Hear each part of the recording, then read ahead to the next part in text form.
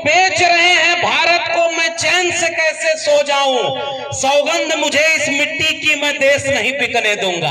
बोला था ना, आप लोग भी सुने थे ना कि देश बेचेगा नहीं, न खाऊंगा और न खाने दूंगा, ये नारा लगाया था ना।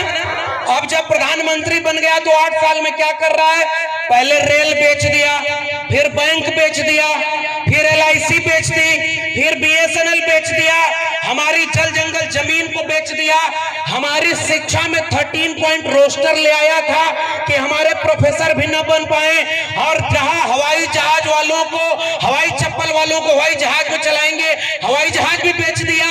पूरा देश बेचते बेचते अपने दोस्त को दुनिया का दूसरा अमीर आदमी बना दिया और पूरे देश को नीलाम कर दिया है। ऐसे वक्त में हम खड़े हैं, तो मैं तो ऐसे क्रांतिकारी लोगों को सलाम कर रहा हूं। आपने ऐसा विधायक चुना जो आपके विद्यार्थियों की शिक्षा की चिंता करता है। मैं तो उत्तर प्रदेश का रहने वाला हूं, वहां जो विधायक और सांसद दिल्ली और उत्तर प्रदेश में हैं, वो स्कूल और विद्यालय की चिंता नहीं कर रहे, वो शौचालय और देवालय की चिंता कर रहे हैं और रोज इनको लगवाते हैं। अब एक बात बताओ, आप इस मुल्क के मूल निवासी कौन? ये हम लोग हैं ना। मैं OBC समाज से आता हूं और एक ही बात, 2 बात कहने आया हूं। पहली बात तो शिक्षा की करने आया हूं। मैं दिल्ली विश्वविद्यालय में पढ़ाता हूं और पता है अभी परमानेंट प्रोफेसर नहीं हूं, टेम्परेरी हूं। टेम्परेरी मतलब समझ रहे हैं, वो वाला टेम्परेरी नहीं जिसमें प्रधानमंत्री भी टेम्परेरी होता है, 5 साल बाद उसको चुनाव लड़ना हो। और वो ऐसे बन गया जैसे लग रहा है पूरा देश उन्हीं का है और देश बेच दो। हम लोगों को अब परमानेंट नहीं किया जा रहा, जानते हैं क्यों? जब तक इस देश के SC ST और OBC, अभी हमारे पूर्व के विधायक साहब बोल रहे थे ना, जो नीचे था उसको ऊपर करना है और ऊपर वाले को, और मुझे पता चला कि बेड़का जहां पर यह कार्यक्रम हो रहा है, देश में बुलडोजर चल रहा है संविधान के ऊपर और लोगों को घरों को गिरा रहा है। बेड़का में कुछ दिन पहले बुलडोजर चल रहा था जमीन बराबर करने का, चल रहा था ना।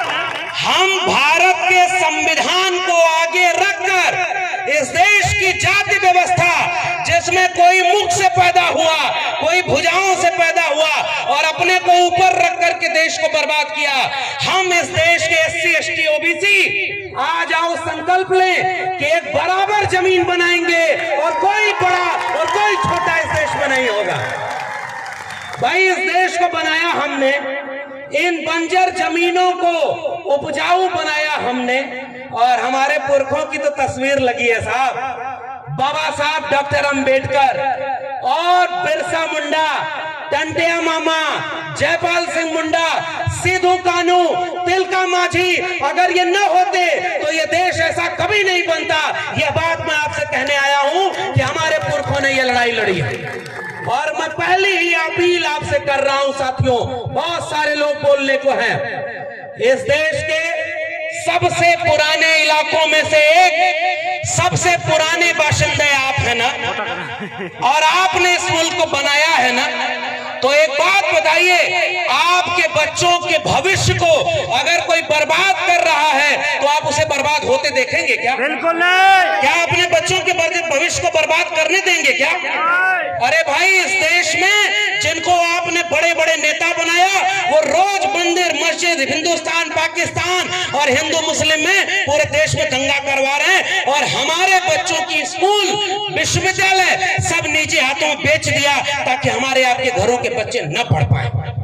इसलिए इस देश के मूल निवासी भाइयों, मैं आपसे एक अपील, एक गुजारिश करने आया हूं, भूखे रहना, प्यासे रहना, एक कपड़ा कम पहनना, आप घर में एक रोटी कम बनाना, लेकिन हाथ उठाकर बताओ, आप अपने बच्चों को पढ़ाओगे कि नहीं पढ़ाओगे? स्कूल भेजोगे कि नहीं भेजोगे? आप सब कुछ सह लेना, लेकिन अपने बच्चों को स्कूल भेजना। बाबा साहब डॉक्टर अंबेडकर ने एक बात कही थी, जिस दिन इस देश में मंदिर जाने वाली भीड़ स्कूल जाने लगेगी, उस दिन इस देश में क्रांति हो जाएगी और इस देश को कोई गुलाम नहीं बना पाएगा।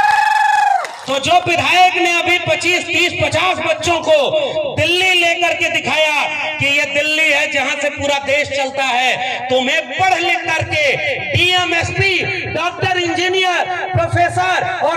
बनना है। एक बात बताओ इस देश के आदिवासी लोगों, सुप्रीम कोर्ट में कितने जज आपके हैं पता है? 0 है। आपके हाई कोर्ट में कितने जज हैं? 0। आपके प्रोफेसर कितने हैं? सब 0 हैं लगभग। और सारा कब्जा किसने किया है? 5% लोगों ने इस देश के 90% जगह, जमीन, प्रोफेसर, डॉक्टर, इंजीनियर सब पर कब्जा किया हुआ। क्या हम लोग गुलाम हैं क्या? हमारे पुरखों ने लड़ाई लड़के इस मुल्क की मिट्टी को बचाया है ना। मुझे याद आता है बिरसा मुंडा का वो इल्गुलान, जब उन्होंने कहा था कि हमारी जल जंगल जमीन पर हमारा हक है, और जितने बाहर से आए हैं, चाहे वो अंग्रेज हो, चाहे वो यहाँ के सामंती जमींदार हो, वो सब दिक्कू हैं, और इन दिक्कुओं के खिलाफ हम इल्गुलान करते हैं और अपने मूल निवासियों के हक के लिए लड़ेंगे। बिरसा मुंडा ने क्या इसीलिए लड़ाई लड़ी थी कि आज 75 साल बाद इस मुल्क के सुप्रीम कोर्ट में आपके जज ही ना हो? आप, मैं दिल्ली विश्वविद्यालय से आया हूं भाई, और आपसे कहने आया हूं कि आपके प्रोफेसर वहां नहीं है। 92 कॉलेज दिल्ली यूनिवर्सिटी के हैं, उसमें से एक भी कॉलेज का प्रिंसिपल कोई आदिवासी नहीं है। ये किसका देश है भाई? न जज हमारे, न वकील हमारे, न डॉक्टर हमारे, न इंजीनियर हमारे, और रोज ये कहते हैं हिंदू मुस्लिम के खिलाफ लड़ाने के लिए। अरे हमारे पुरखों को जब मौका मिला, सिद्धू कान्हू तिलका मांझी को, बिरसा मुंडा, जयपाल मुंडा को, अंग्रेजों के खिलाफ भी बगावत की थी। आज वो लोग शासन कर रहे हैं जो अंग्रेजों से माफी मांगते थे। पहचाने कि नहीं? अंग्रेजों से माफी मांगते थे ना। अंग्रेजों से जो राज